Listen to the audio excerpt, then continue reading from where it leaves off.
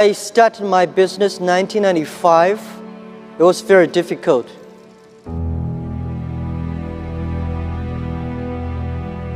I had an idea. I invited 24 of my friends to my apartment because that year I went to Seattle, my first trip to the USA.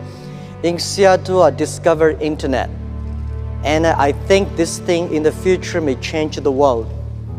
I never touched computer in my life before because computer was so expensive to me and so complicated. And so I typed the word China. There's no information about China. So I say, what if we can make some China information on the internet? Let people know about China. So that was the idea. So I came back to China and say, I want to resign from my school.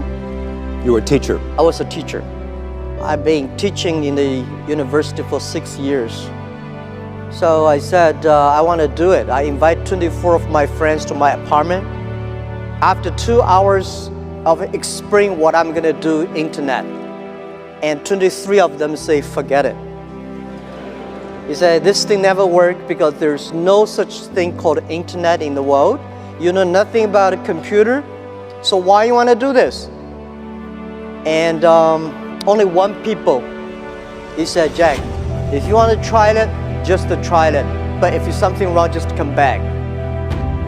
And after a whole night thinking, I say, I still want to do it.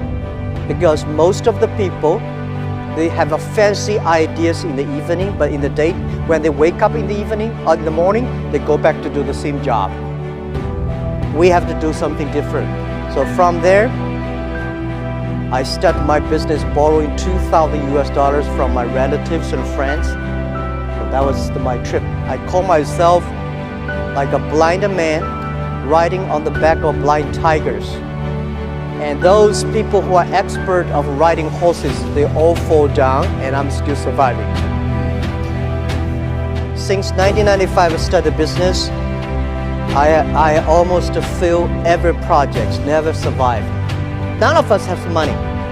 But if somebody say, I give you $1 million and I give you trust, which one I would choose? I choose those people who give me the trust. Because it's the trust that make us be united.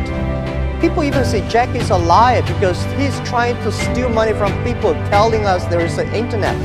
So when I go to the China company registration office, I said I want to register a company called Hangzhou Hope Internet Company.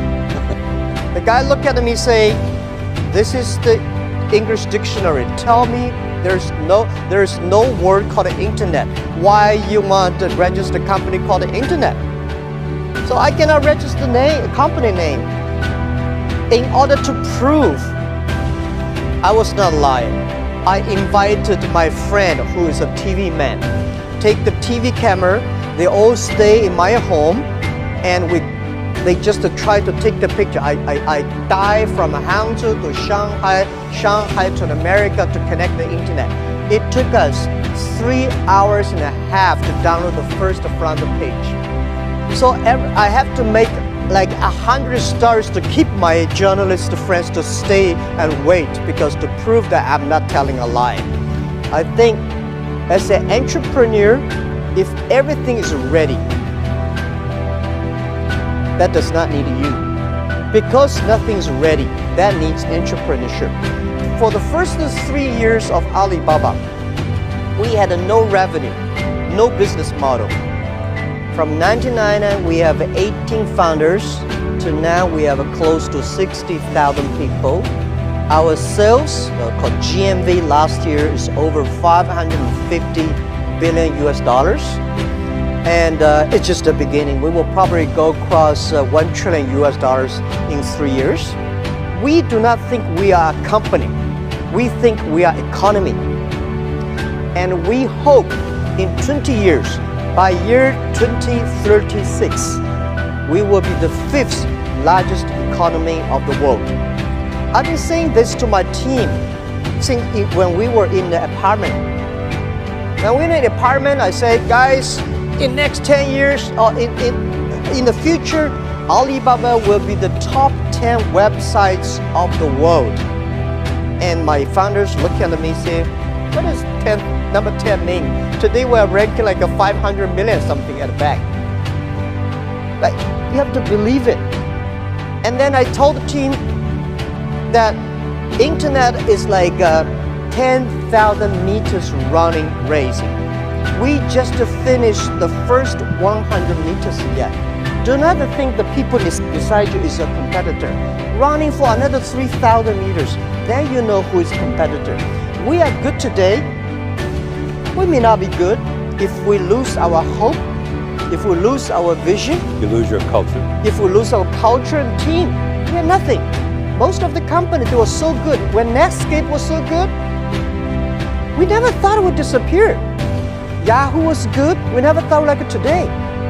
So don't believe you'll be good all the time. Be paranoid. So I thought when I'm 40, I can go back to teach. But when I'm 40, oh my God, life was so tough, so tough. My company almost in big trouble. So I say, I should not leave. And then I say, when I'm 45, I should retire. When I'm 45, I cannot stop it. And then I start to prepare, say, people say, Jack, you are the next Bill Gates. I say, I cannot compete with Bill Gates, but I can compete with Bill Gates who can retire earlier. The thing is, I don't want to die in my office. I want to die on the beaches. I was trained to be a teacher, and I benefit because I don't know anything about technology, computing. I still puzzle about what is software, how software can work. And I do not know about accounting, marketing. I know very little about that. But the thing I learned from being a teacher, that a teacher always want his students to be more successful and better than you are. So this is, I learned to be a good CEO. When I hire people, I always want to hire those people who are smarter than I am. Look at the young man. If you think he will be your boss, he will be my boss in 5 years, hire him. As an entrepreneur, today is very difficult, and tomorrow is even more difficult. But the day after tomorrow is very beautiful. Most people die tomorrow evening. You have to work hard, you have to learn, you have to rely on your team.